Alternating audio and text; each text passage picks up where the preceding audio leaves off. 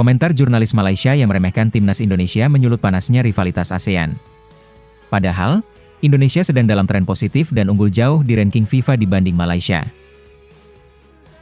Marcelino mengungkap perbedaan mencolok antara sepak bola Indonesia dan Eropa dari segi taktik dan profesionalisme.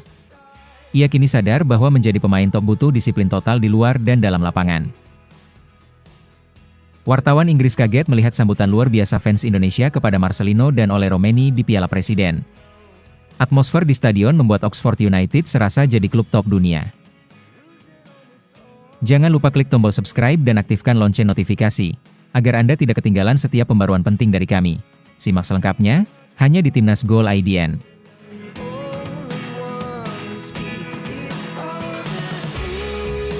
Timnas Indonesia kembali diremehkan oleh media asing. Kali ini datang dari jurnalis olahraga Malaysia yang sesumbar bahwa Harimau Malaya akan mendominasi Asia Tenggara dan mengalahkan semua rivalnya, termasuk Indonesia. Dalam artikelnya di New Straits Times, Ajit Pal menilai kemenangan 4-0 Malaysia atas Vietnam di kualifikasi Piala Asia sebagai bukti kekuatan mereka. Lebih lanjut, ia menyebut bahwa gaya permainan timnya membuat tim-tim ASEAN ketakutan. Bahkan, ia menyinggung perekrutan pemain naturalisasi Malaysia sebagai ancaman yang merusak keseimbangan regional. Komentar ini tentu menimbulkan reaksi keras, terutama karena timnas Indonesia sendiri kini berada dalam tren positif. Indonesia bahkan akan naik ke ranking FIFA 118, jauh meninggalkan Malaysia yang tertahan di posisi 126.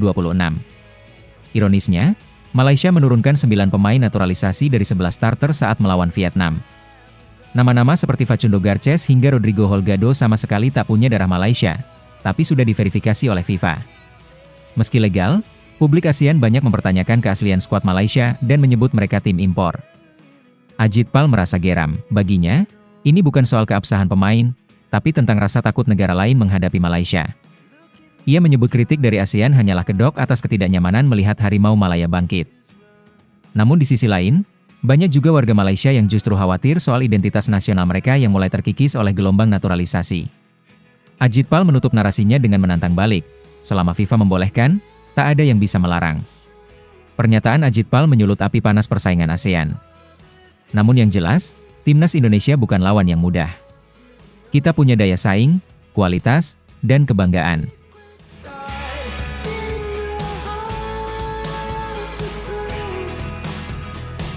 Marcelino Ferdinand akhirnya buka suara soal realita dunia sepak bola di luar negeri. Lewat wawancaranya, pemain muda asal Indonesia ini mengungkap perbedaan mencolok yang ia rasakan antara bermain di Indonesia, Belgia, dan Inggris. Menurutnya, kecepatan memang jadi kekuatan utama sepak bola Indonesia. Namun di Eropa, aspek taktikal, struktur permainan, serta penguasaan bola saat menyerang dan bertahan jauh lebih kompleks dan tertata. Marcelino mengaku harus benar-benar belajar ulang bagaimana menjadi pemain sepak bola yang profesional secara menyeluruh. Perjalanan Marcelino memang menarik untuk disimak. Setelah memulai karir di Persebaya Surabaya pada usia belia, ia memutuskan hijrah ke Belgia dan memperkuat KMSK Deinze.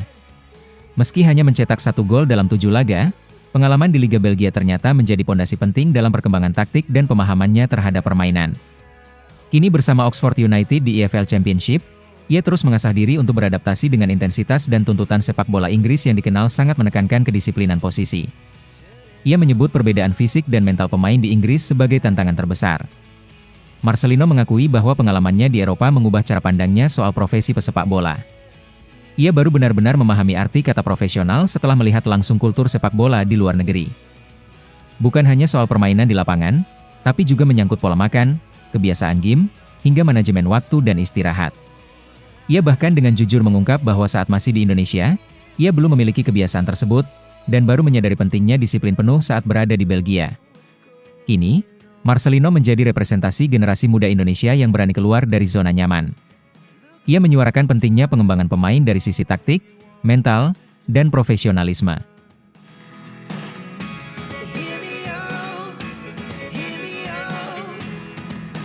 Fenomena tak biasa terjadi saat Oxford United bertanding di Piala Presiden 2025. Jurnalis Inggris Lim Rich dibuat terkejut oleh sambutan luar biasa dari publik Indonesia terhadap 2 pemainnya, Ole Romeni dan Marcelino Ferdinand. Meski keduanya tak mencetak gol dalam kemenangan atas Liga Indonesia All-Star, justru sorakan dan perhatian tertuju pada mereka sepanjang pertandingan. Seolah mereka bukan sekadar pemain bola, tapi selebriti papan atas di mata supporter Indonesia. Kehadiran puluhan ribu fans yang memadati Stadion Utama Gelora Bung Karno menciptakan atmosfer luar biasa. Setiap kali nama Marcelino atau Romeni disebut, riuh sorakan menggema di seluruh stadion. Liam Rich, yang meliput langsung laga ini, mengaku sempat tak percaya dengan apa yang dilihatnya. Menurutnya, momen ketika Romeni dan Marcelino berkeliling lapangan memberi tepuk tangan ke arah supporter, adalah bentuk apresiasi kelas dunia yang jarang ia lihat di level klub championship. Yang paling mengejutkan bagi Rich adalah ketika sekelompok remaja menghampirinya sambil menirukan selebrasi khas oleh Romeni. Bahkan, mereka antusias melontarkan berbagai pertanyaan soal para pemain Oxford United. Padahal, klub ini bukan bagian dari Premier League, namun aura ketenaran yang melekat di diri Romeni dan Marcelino seperti milik pemain bintang dunia. Hal ini menunjukkan betapa besarnya pengaruh pemain timnas Indonesia, bahkan ketika mereka merumput di luar negeri. Dalam penutup ulasannya, Liam Rich menilai Oxford United kini punya basis fans luar biasa di Indonesia. Ia tidak menyangka klub kasta kedua Inggris bisa sepopuler itu di luar negeri. Interaksi hangat antara pemain dan supporter membuat hubungan ini semakin kuat. Sebuah pelajaran penting bagi klub-klub Eropa lainnya, jangan remehkan pasar dan semangat sepak bola Asia Tenggara, khususnya Indonesia.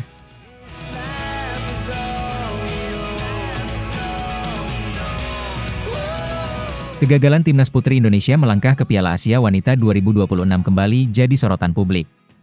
Kali ini, media Vietnam Soha secara tajam mengkritik performa buruk Garuda Pertiwi, terutama usai kalah dari Pakistan dan Taiwan.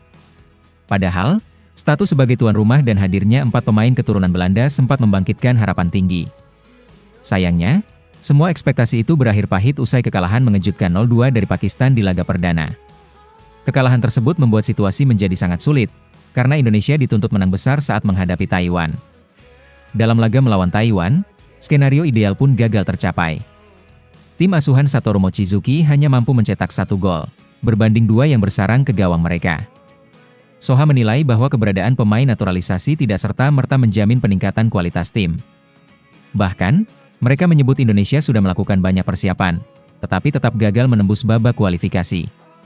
Kritik ini mengarah langsung pada strategi PSSI yang dianggap lebih fokus pada hasil instan ketimbang membangun sistem yang matang. Isu naturalisasi kemudian menjadi polemik yang lebih besar. 4 pemain diaspora yang diboyong nyatanya belum mampu mengangkat performa tim secara kolektif. Media Vietnam mempertanyakan apakah langkah PSSI ini benar-benar punya fondasi kuat atau hanya sekadar eksperimen jangka pendek. Hal ini menggarisbawahi pentingnya pembinaan usia dini, pengalaman bertanding, dan mentalitas kompetitif. Tanpa elemen-elemen dasar tersebut, kekalahan seperti ini bisa terus terulang di masa depan. Kritik dari media asing seperti Soha harus dijadikan bahan refleksi, bukan sekadar dianggap angin lalu. Kegagalan kali ini bukan hanya soal kalah di lapangan, tapi juga soal kegagalan sistem dan visi pembangunan sepak bola putri. Naturalisasi bukan solusi ajaib jika tidak dibarengi dengan struktur yang kokoh dan perencanaan jangka panjang.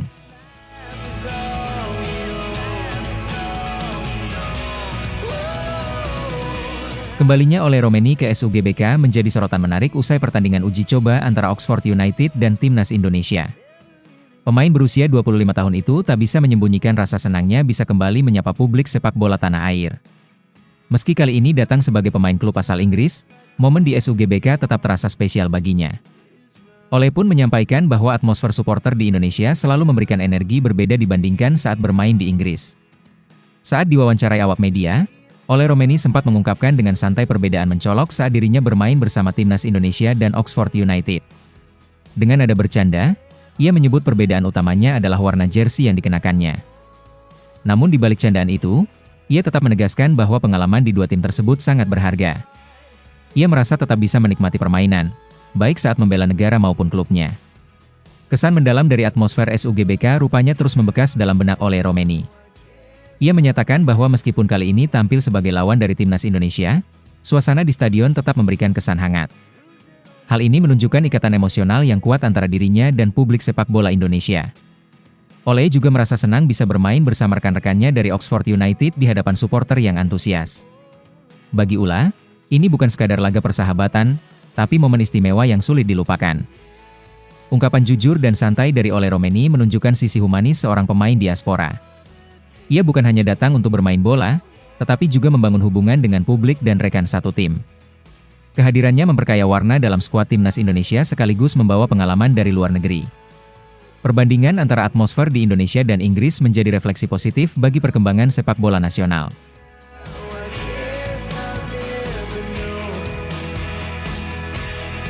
Ketua Umum PSSI Erick Thohir menyampaikan pesan penting terkait masa depan timnas Indonesia di bawah arahan Patrick Kluivert. Dalam konferensi pers, Erick menegaskan bahwa membangun tim nasional tidak bisa dilakukan secara instan. Ia meminta publik bersabar dan memberi waktu bagi pelatih untuk membentuk skuad yang solid dan kompetitif. Menurutnya, seperti halnya proyek jangka panjang, sepak bola membutuhkan proses dan konsistensi.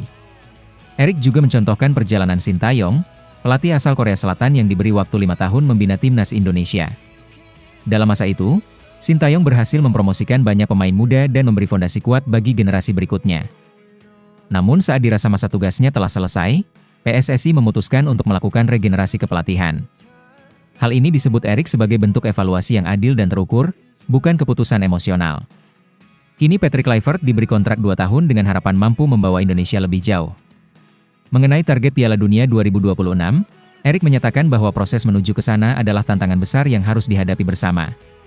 Ia menegaskan, baik Kluivert maupun Mochizuki akan dinilai berdasarkan progres dan kerja nyata selama masa kontraknya.